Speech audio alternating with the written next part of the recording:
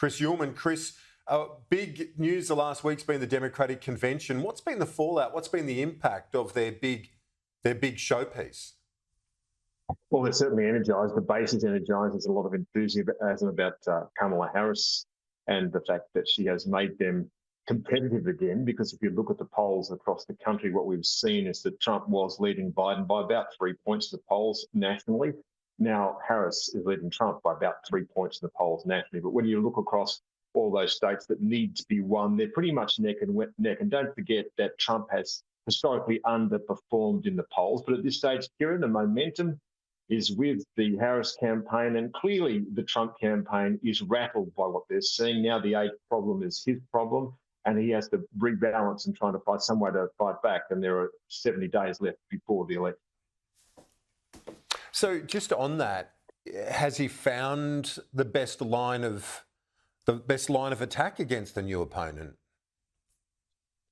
Well, Kieran, if you think that him talking to a rally and telling them that he was going to appoint hundreds of far-left liberal judges to impose the San Francisco worldview on the rest of the United States, then maybe that is a good line of attack. I don't think he has found his line and length yet. He was romping it in with Biden. I think that was the fight that he wanted to have, and probably the entire Republican movement underestimated Kamala Harris, given her performance as vice president, wasn't particularly good. And I know there is a lot of concern in the Democratic ranks that they don't think that she's a good candidate, and she'll be put to the test this week, in fact, because she hasn't done any sit-down interviews yet.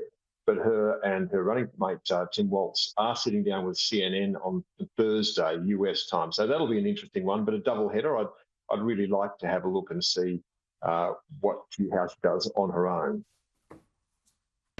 Yeah, indeed. That's a valid point. When you're going for your first big interview, normally you don't need your deputy with you, which is interesting in itself. But again, we wait to see the performance and the debates as well, which loom as a pivotal moment. Chris, as you look at this now and reflect on the possibilities ahead, what does it all mean for the USA on the world stage, in your view?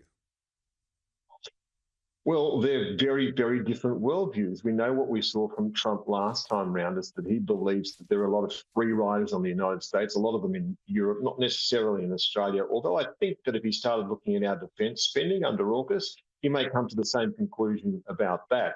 And he's determined that people who have alliances with the United States pay their way in that relationship. So I'm sure we'd see a rerun of that, and you'd be concerned about what would happen to the alliances under Trump, because it's not something that he particularly seems to value, nor does he particularly seem to want to be the leader of the free world. He's much more interested in what's going on in the United States. So certainly on that front, I think Australia would be very nervous about a return to a Trump presidency.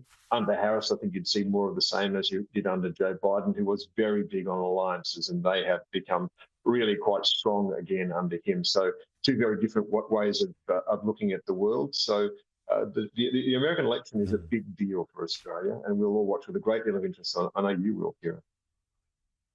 Yes, we will indeed. I look forward to chatting to you about it over the weeks ahead. Chris, thanks so much for joining us live from Houston.